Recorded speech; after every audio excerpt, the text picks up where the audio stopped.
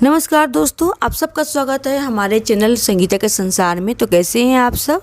तो दोस्तों, आप सबको एकादशी की बहुत बहुत शुभकामनाएं। तो जैसे कि आज एकादशी व्रत है, इसको देवउठनी एकादशी, देव प्रबोधिनी एकादशी भी बोलते हैं।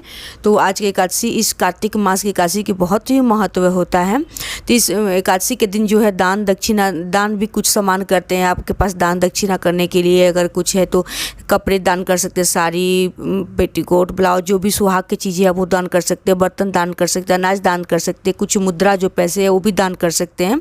तो दान करने चाहिए। तो इस पे हम बातें करेंगे। और आपको ये अगर वीडियो अच्छा लगेगा तो लाइक कीजिएगा, मेरे चैनल को सब्सक्राइब कीजिएगा और कमेंट में ज़रूर जय तुलसी माता और ओम नमो नारायण जरूर लिखिएगा, क्योंकि आज एकादशी का व्रत है, बहुत ही शुभ दिन है।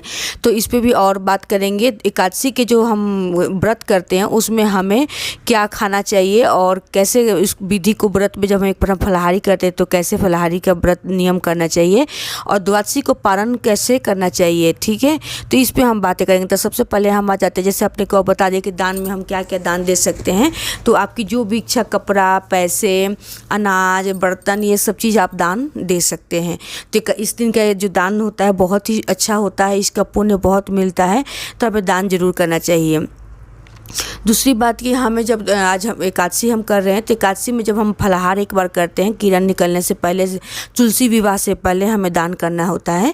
मतलब फलाहारी करते हैं, क्षमा चाहूँगी, फलाहारी करते हैं। तो उस समय हम फलाहारी हम क्या करते हैं, तो जैसे मैंने आप लोगों को बताया पिछली लास्ट एकादशी में मैं नहाए खाए से लेकर तीनों दिन का जो नियम है मैंने बताया, उसमें बता रखा है, फिर भी बता देती हूँ मैं। सुथनी ले लेते हैं, लौकी का खीर बना लेते हैं, लौकी का हलवा बनाते हैं जो घी और दूध में बनाते हैं, गाय का दूध मिले तो बहुत ही अच्छा है, तो उसमें बनाते हैं। और सुथनी बोलते हैं, सुथनी एक मिलता है मार्केट में, जो छठ करते हैं वो छठ में अर्घ देते हैं तो उनके पास सुथनी मिल जाता है, उससे हम पूजा में यूज करते हैं और कर सकते हैं। जो छठ का सामान होता है उसमें हम एकादशी में यूज कर सकते हैं, क्योंकि उसमें का गन्ना हो गया, उसमें का फल हो गया, सब कुछ हम ले सकते हैं, सुथनी ले सकते हैं। और ना अगर आपने छठ किया हो तो बाहर से भी आप लेके आ सकते हैं। तो शकरकंदी आलू के साथ भी बॉयल कर सकते हैं सुथनी को। सुथनी आज के दिन सुथनी खाना बहुत ही अच्छा होता है, तो आप इसको खा सकते हैं। तो ठीक है, आप जब खाने बैठते हैं, तो जब आप फलाहारी करने लगते हैं तो उस समय हमें क्या करना चाहिए कि हमें अग्रासन जरूर निकालना चाहिए। जैसे हम छठ में अग्रासन निकालते हैं और व्रत में अग्रासन निकालते हैं, तो उस समय भी एकादशी के व्रत में भी हमें अग्रासन जरूर निकालना चाहिए। तो उस अग्रासन को जब हम अग्नि को जिलाना बोलते हैं, अग्नि जब हम अपने पास हवन करेंगे, वो करेंगे, अग्रासन जो अपने फलाहार लेके बैठा वो भी अग्नि में डालेंगे। उसके बाद हम अग्रासन निकालते हैं, एक बर्तन ले लेते हैं और उस अग्रासन निकालते हैं। उस अग्रासन में से आपको किसको खिलाना है, तो आप चाहे तो गाय को भी खिला सकते हैं, और उसमें से आधा गाय के लिए निकाल लीजिए सबसे पहले। उसके बाद जो आधा बचता है वो अग्रासन का, उसको अपने घर में छोटों को, अग्रासन जो है छोटे अपने से छोटों को खिला सकते हैं। बोलते कि बड़ों को नहीं देना चाहिए, अपने से छोटों को देना चाहिए, लेकिन प्रसाद है तो कोई भी खा सकता है। फिर भी नियम बोलते कि अपने से बड़ों को, जो अग्रासन आपने निकाला है तो बड़ों को ना देके अपने से जो छोटे बच्चे हैं, हमारे बच्चे हैं, हमसे जो भी हमसे उम्र में छोटे हैं, उनको ये अग्रासन निकाल के देना, मतलब खाना चाहिए। एक प्रसाद हो जाता है। तो आप चाहे तो गाय को खिला सकते हैं, आप चाहे तो अपने घर में अपने घर के सारे सदस्य जो भी हैं सभी को खिला सकते हैं।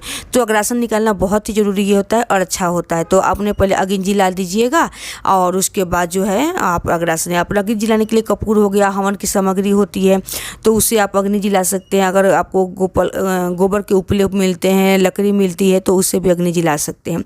आप जलाना मतलब अग्नि, अब समझ जलाना बोलते हैं, हमारे लैंग्वेज मेरी थोड़ी सी आ रही है, जो मेरी लोकल बोलने चल की है।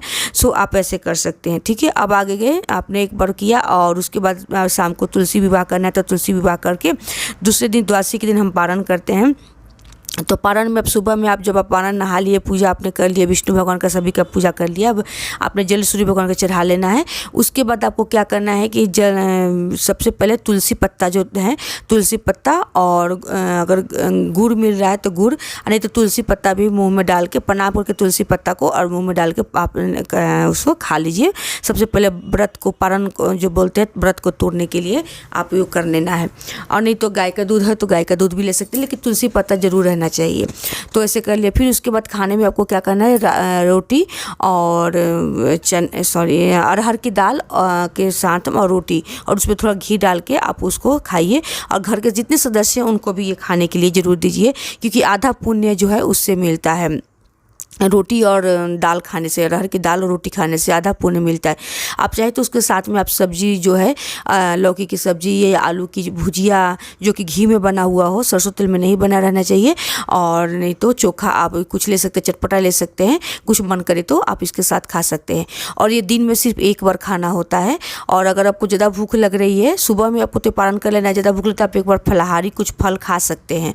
और फिर आप सीधे रात को जो है, अगर सूर्य ढलने के बाद में आपको जो इच्छा हो, चावल खाने की इच्छा हो, रोटी खाने की इच्छा हो, बस लहसुन प्याज छोड़ के आप ये चीज़ खा सकते हैं। तो मेरी यही तक ये जानकारी थी, मैंने सोचा कि आप लोगों को ये बात शेयर कर दूं कि व्रत के दिन का मैंने नियम नहीं बताया। तो चलिए मिलते हैं नेक्स्ट वीडियो नई जानकारी साथ में। नमस्कार।